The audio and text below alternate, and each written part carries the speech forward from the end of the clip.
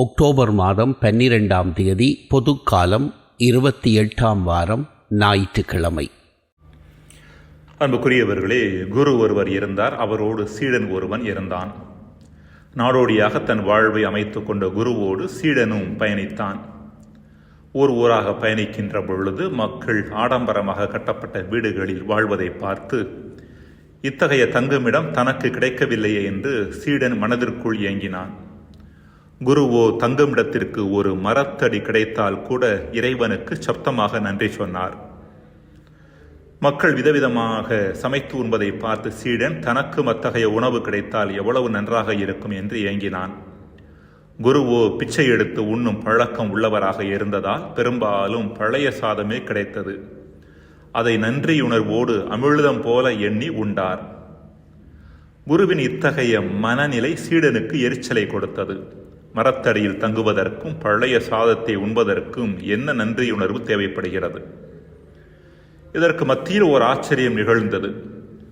குரு சென்ற இடமெங்கும் மக்கள் கூட்டம் கூட்டமாக வந்து அவரிடம் ஆசீர்வாதம் பெறுவதையும் தங்களின் வாழ்க்கை மகிழ்ச்சியற்ற ஒன்றாக இருப்பதை அவரிடம் சொல்லி புலம்புவதையும் கண்டான்.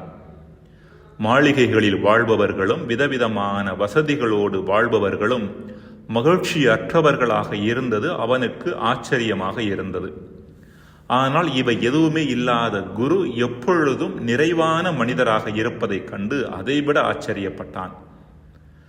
தன் சந்தேகத்தை குருவிடமே கேட்டான். குரு பதில் சொன்னார், மகிழ்ச்சி என்பது உன் வாழ்க்கையில் எவ்வளவு பொருள் இருக்கிறது என்பதை பொறுத்தது அல்ல, மாறாக உன் மனம் எவ்வளவு நிறைவாக இருக்கிறது என்பதை பொறுத்தது. எல்லா சூழ்நிலைகளிலும் மனதை நிறைவாக வைத்துக் கொள்வது எப்படி என்பதை பல ஆண்டுகளுக்கு முன்பே நான் கற்றுக்கொண்டேன். அவ்வாறு மன நிறைவோடு இருப்பதால் எத்தகைய சூழ்நிலையிலும் நன்றியுணர்வு இயல்பாகவே என்னிலிருந்து எழுகிறது என்று சொன்னாராம். அன்பிற்குரியவர்களே, நன்றியுணர்வை அதிகமாக்கி வாழ்வின் மகிழ்வை அதிகமாக்கிக் கொள்ள இன்றைய நாளில் இறைவனிடம் வரம் கேட்போம். முதல் வாசகம் அரசர்கள் 2ஆம் புத்தகத்திலிருந்து வாசகம். அதிகாரம் 5, இறைவசனங்கள் 14 முதல் 17 முடிய. அந்நாட்களில் நாமான் புறப்பட்டுச் சென்று கடவுளின் அடியவரது வாக்கிற்கிணங்க யோர்தானில் 7 முறை மூழ்கி எழ அவர் நலமடைந்தார். அவரது உடல் சிறு பிள்ளையின் உடலைப் போல் மாறினது. பின்பு அவர் தம் பரிவாரம் அனைத்துடன் கடவுளின் அடியவரிடம் திரும்பி வந்து, இஸ்ரேலைத் தவிர வேறு எந்த நாட்டிலும் கடவுள் இல்லை என இப்போது உறுதியாக அறிந்து கொண்டேன். இதோ உம் அடியான், எனது அன்பளிப்பை ஏற்றுக்கொள்ளும் என்றார். அதற்கு எலிசா, நான் பணியும் வாழும் ஆண்டவர் மேல் ஆணை, நான் எதையும் ஏற்றுக்கொள்ளேன் என்றார். நாமான் எவ்வளவோ வற்புறுத்தியும் அவர் ஏற்றுக்கொள்ளவில்லை. அப்பொழுது நாமான் அவரை நோக்கி, சரி, அப்படியே ஆகட்டும்.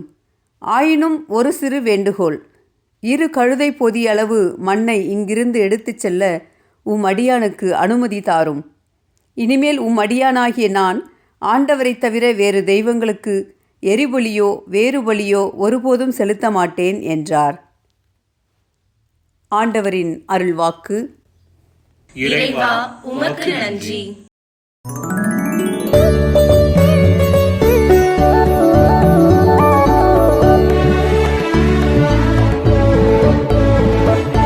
ஆண்டவர் தம் மீட்பை மக்களினத்தார் காண வெளிப்படுத்தினார். ஆண்டவர் தம் மீட்பை மக்களினத்தார் காண வெளிப்படுத்தினார். ஆண்டவருக்கு புதியதொரு பாடல் பாடுங்கள், ஏனெனில் அவர் வியத்தகு செயல்கள் புரிந்துள்ளார். அவருடைய வலக்கரமும் புனிதமிகு புயமும் அவருக்கு வெற்றியை அளித்துள்ளன. ஆண்டவர் தம் நீர் மீட்பை மக்களினத்தார் காண வெளிப்படுத்தினார். ஆண்டவர் தம் மீட்பை மக்களினத்தார் காண வெளிப்படுத்தினார்.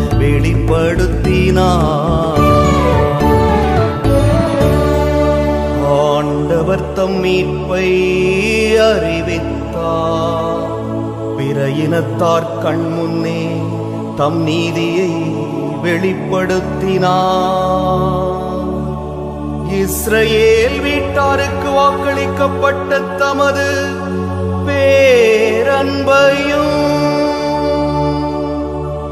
உறுதிமொழியையும் அவர் நினைவு கூர்ந்தார். ஆண்டவர் தம் மீட்பை மக்களினத்தார் காண வெளிப்படுத்தினார். ஆண்டவர் தம் மீட்பை மக்களினத்தார் காண வெளிப்படுத்தினார். உலகெங்கும் உள்ள அனைவரும் நம் கடவுள் அருளிய விடுதலையை கண்டனர். உலகெங்கும் வாழ்வோரே அனைவரும் ஆண்டவரை ஆர்ப்பரித்து பாடுங்கள். மகிழ்ச்சியுடன் ஆர்ப்பரித்து புகழ்ந்தேத்துங்கள். ஆண்டவர் தம் மீட்பை மக்களினத்தார் காண வெளிப்படுத்தினார். ஆண்டவர் தம் மீட்பை மக்களினத்தார் காண வெளிப்படுத்தினார்.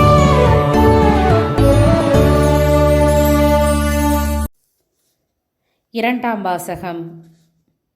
தூய பவுல் தீமோத்தேயுக்கு எழுதிய இரண்டாம் திருமுகத்திலிருந்து வாசகம். அதிகாரம் 2, இறை வார்த்தைகள் 8-13 முடிய. அன்பிற்குரியவரே, தாவீதின் மரபில் வந்த இயேசு கிறிஸ்து இறந்து உயிர் பெற்று எழுந்தார் என்பதே என் நற்செய்தி. இதனை நினைவுக்குள். இந்நற்செய்திக்காகவே நான் குற்றம் செய்தவனைப் போல சிறையிடப்பட்டு துன்புறுகிறேன். ஆனால் கடவுளின் வார்த்தையை சிறைப்படுத்த முடியாது. தேர்ந்து கொள்ளப்பட்டவர்கள் மீட்பையும் அதனோடு இணைந்த என்றுமுள்ள மாட்சியையும் கிறிஸ்து இயேசு வழியாக அடையுமாறு அனைத்தையும் பொறுத்து கொள்கிறேன். பின்வரும் கூற்று நம்பத்தகுந்தது. நாம் அவரோடு இறந்தால் அவரோடு வாழ்வோம், அவரோடு நிலைத்திருந்தால் அவரோடு ஆட்சி செய்வோம். நாம் அவரை மறுதலித்தால் அவர் நம்மை மறுதலிப்பார். நாம் நம்பத்தகாதவரெனினும் அவர் நம்பத்தகுந்தவர். ஏனெனில் தம்மையே மறுதலிக்க அவரால் இயலாது. இவற்றை நீ அவர்களுக்கு நினைவுறுத்து. ஆண்டவரின் அருள்வாக்கு. இறைவா உமக்கு நன்றி. நற்செய்தி வாசகம். கடவுளை போற்றி புகழ அந்நியராகிய உம்மை தவிர வேறு எவரும் திரும்பி வர காணோமே. லூக்கா எழுதிய தூய நற்செய்தியிலிருந்து வாசகம். அதிகாரம் 17 வசனங்கள் 11-19 வரை.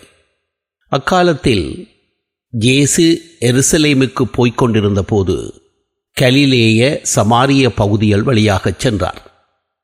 ஒரு ஊருக்குள் வந்தபொழுது 10 தொழுநோயாளர்கள் அவருக்கு எதிர்கொண்டு வந்து தூரத்தில் நின்று கொண்டே, ஐயா, இயேசுவே, எங்களுக்கு இரங்கும் என்று உரக்க குரல் எழுப்பி வேண்டினார்கள். அவர் அவர்களை பார்த்து, நீங்கள் போய் உங்களை குருக்களிடம் காண்பியுங்கள் என்றார். அவ்வாறே அவர்கள் புறப்பட்டு போகும்போது அவர்கள் நோய் நீங்கிற்று. அவர்களுள் ஒருவர் தம் பிணி தீர்ந்திருப்பதைக் கண்டு உரத்த குரலில் கடவுளை போற்றி புகழ்ந்து கொண்டே இயேசுவிடம் திரும்பி வந்தார். அவருடைய காலில் முகங்குப்புற விழுந்து அவருக்கு நன்றி செலுத்தினார். அவரோ ஒரு சமாரியர். இயேசு அவர்களை பார்த்து, 10 பேர்களின் நோயும் நீங்கவில்லையா? மற்ற 9 பேர் எங்கே? கடவுளை போற்றி புகழ அந்நியராகிய உம்மை தவிர வேறு எவரும் திரும்பி வர காணோமே என்றார். பின்பு அவரிடம், எழுந்து செல்லும், உமது நம்பிக்கை உமக்கு நலம் அளித்தது என்றார். ஆண்டவரின் அருள்வாக்கு. கிறிஸ்துவே உமக்கு புகழ். அன்புக்குரியவர்களே, ஒரு பழைய கதை. சாத்தான் கடை விரித்திருந்தான். அது விதைகளின் கடை. வெறுப்பு, பயம், பொறாமை, சந்தேகம், விரக்தி, பழிவாங்குதல், பேராசை, ஆணவம், அகந்தை போன்றவற்றின் விதைகள் அங்கு விற்பனையாயின. பலரும் வந்து போட்டி போட்டுக்கொண்டு வாங்கி சென்றனர் அந்த விதைகளை. இந்த விதைகளை பயன்படுத்தி தங்களை சுற்றியுள்ள அனைவரையும் வீழ்த்திவிட்டு தாங்கள் மட்டும் முன்னேற வேண்டும் என்ற குரோதம் அவர்களது கண்களில் தெரிந்தது. ஒரு வயதான பெரியவர் அங்கு வந்தார். மற்றவர்களை வீழ்த்துவதற்காக மனிதர்கள் விதைகள் வாங்குவதைக் கண்டு வேதனையடைந்தார். இவர்களை வீழ்த்துவதற்காக மற்றவர்கள் விதைகளை வாங்குவார்களே என்ற அடிப்படை புரிதல் கூட அவர்களிடம் இல்லாதை கண்டு வேதனைப்பட்டார். ஞான பழமாக தெரிந்த அவர் கடையில் வைக்கப்பட்டிருந்த விதைகளை ஒவ்வொன்றாக உற்று நோக்கினார். அவர் எதையும் வாங்க வந்தவர் போல தெரியவில்லை. சாத்தான் அவரிடம் தன் விதைகளின் தன்மையை குறித்து பெருமையடிக்க ஆரம்பித்தான். பெரியவரே, என் விதைகள் அனைத்தும் வலிமையானவை, ஒன்று கூட சோடை போகாது. அது மட்டுமல்ல, அவை மிகவும் வேகமாகவும் வளரக்கூடியவை என்று சொன்னானாம். பெரியவர் சாத்தானிடம், உன் விதைகள் வளராத நிலம் என்ற ஒன்று ஏதாவது உண்டா என்ற கேள்வியை கேட்டார். இக்கேள்வியை கேட்டவுடன் சாத்தானின் முகம் கொஞ்சம் சோகமாக மாறுவதை பெரியவர் கண்டார். சாத்தான் சோகத்தோடு, ஆம், ஒரு நிலம் உண்டு. நன்றி நிறைந்த உள்ளமே அந்த நிலம். அந்த நிலத்தில் என் விதைகள் எதுவுமே முளைக்காது என்று சொன்னானாம். அன்புக்குரியவர்களே, ஒருவரது உள்ளம் நன்றி நிறைந்ததாக விளங்குகின்ற பொழுது அங்கு நன்மைகளை மட்டுமே பார்க்கின்ற தன்மை விளங்குவதால் வெறுப்புக்கு இடமில்லை. நன்றி நிறைந்த உள்ளம் பிறரை சார்ந்திருப்பதை பற்றிய தன் உணர்வை கொண்டிருப்பதன் காரணமாக அங்கு அகந்தைக்கு இடமில்லை. நன்றி நிறைந்த உள்ளம் பெற்றுக்கொண்ட கொடைகள் மட்டில் விழிப்போடு இருப்பதன் காரணமாக அது பிறர் மட்டில் அன்பால் நிரம்பி வழிகிறது. நன்றி நிறை உள்ளத்தில் போதும் என்கிற உணர்வு வந்துவிடுவதன் காரணமாக பேராசைக்கு இடமில்லை. சுருக்கமாக சொல்ல போனால், நன்றி உணர்வு உள்ள இடத்தில் தீமைகள் மறைவதோடு பல புண்ணியங்கள் தானாகவே மலர ஆரம்பிக்கின்றன. எனவேதான் விவிலியமானது இறைவனுக்கு நன்றி செலுத்தவும் நன்றியுணர்வோடு வாழவும் நமக்கு அழைப்பு விடுக்கின்றது. இன்றைய வாசகங்கள் நன்றியுணர்வு குறித்து பேசுகின்றன என்பது வெள்ளிடை மலை. சிரியா இனத்தைச் சேர்ந்த நாமான் கடவுளின் அடியவரான எலிசாவின் வாக்கிற்கு இணங்கி யோர்தானில் 7 முறை மூழ்கி எழுந்து தனது தொழுநோயிலிருந்து குணமாகிய பின்பு எந்த அளவிற்கு யாவே இறைவனுக்கு நன்றியுணர்வு மிக்கவனாக திகழ்ந்தான் என்பதை முதல் வாசகம் எடுத்துரைக்கிறது. யாவையை தவிர வேறு தெய்வங்களை வணங்கப் போவதில்லை என்று அவன் சொன்னதாக நாம் வாசிக்கின்றோம். நாமானின் இந்த மனநிலையானது இஸ்ரேல் மக்களின் மனநிலைக்கு முற்றிலும் மாறான ஒன்று என்பதை நாம் புரிந்து கொள்வது அவசியமானது. இஸ்ரேல் மக்கள் எகிப்திலிருந்து வெளியேறிய போதும் சரி, பாலைவனத்தின் வழியாக பயணம் மேற்கொண்ட போதும் சரி, கானானில் குடியேறிய பின்பும் சரி, யாவே இறைவனின் பல்வேறு அரும் செயல்களை அனுபவித்தவர்கள். எனினும் இத்தகைய அரும் செயல்களை கண்ட பின்பும் யாவேயை விட்டுவிட்டு வேற்று தெய்வங்களை வழிபட அவர்கள் தயங்கவில்லை. அன்புக்குரியவர்களே, முதல் வாசகம் நன்றியுணர்வை பொறுத்த அளவில் பிற இன நாமானுக்கும் இஸ்ரேல் மக்களுக்கும் இடையேயான வித்தியாசத்தை வெளிச்சமிட்டு காட்டுகிறது என்றால், இன்றைய நற்செய்தி அதே நன்றியுணர்வை பொறுத்த அளவில் ஒரு சமாரியருக்கும் 9 யூதர்களுக்கும் இடையேயான வேறுபாட்டை அடிக்கோடிட்டு காட்டுகின்றது. லேவியர் புத்தகம் இறைவனுக்கு செலுத்தப்பட வேண்டிய நன்றி பலி குறித்து பல இடங்களில் பேசுகிறது. ஆண்டவருக்கு நன்றி செலுத்துங்கள் என்கிற வார்த்தை விவிலியத்தில் ஏராளமான இடங்களில் காண கிடைக்கிறது. இத்தகைய பின்புலத்தை கொண்ட யூத தொழுநோயாளிகள் தங்களை குணமாக்கியவருக்கு நன்றி சொல்ல வேண்டும் என்றோ இறைவனை புகழ வேண்டும் என்றோ எண்ணாமல் தங்கள் வழியே சென்றனர். ஆனால் மேற்கண்ட பின்புலம் எதுவும் இல்லாத சமாரியரோ தன் நோய் குணமானவுடன் இயேசுவுக்கு நன்றி செலுத்தியது மட்டுமல்லாமல் கடவுளையும் புகழ்ந்தார். அன்புக்குரியவர்களே, நன்றியுணர்வு என்பது நாம் எவ்வளவு பெற்றுக்கொண்டோம் என்பதை பொறுத்தது அல்ல, மாறாக பெற்றுக்கொண்டவை மட்டில் நாம் எவ்வளவு விழிப்போடு இருக்கிறோம் என்பதை பொறுத்தது.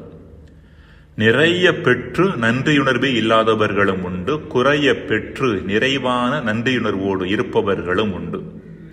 நன்றியுணர்வு நிறைந்தவர்கள் மகிழ்வில் திளைத்திடுவர், நன்றியுணர்வு அற்றவர்களோ சோகத்தில் தள்ளாடுவர். எனவேதான் இறைமகன் இயேசு தந்தையாகிய இறைவனுக்கு நன்றி செலுத்தினார். புனித பவுல் வாழ்வின் எல்லா வேளைகளிலும் எல்லா நிகழ்வுகளிலும் கடவுளுக்கு நன்றி சொன்னார். அதே நன்றி உணர்வோடு நாமும் வாழ இன்றைய நாளில் அழைக்கப்படுகின்றோம். மன்றாடுவோமாக. இறைவா, எம்மில் நன்றியுணர்வை அதிகமாக்கிக் கொள்வதன் காரணமாக நாங்கள் நலன்கள் பலவற்றை பெருக்கிக் கொள்ள எங்களுக்கு வரம் தருவீராக. ஆமென்.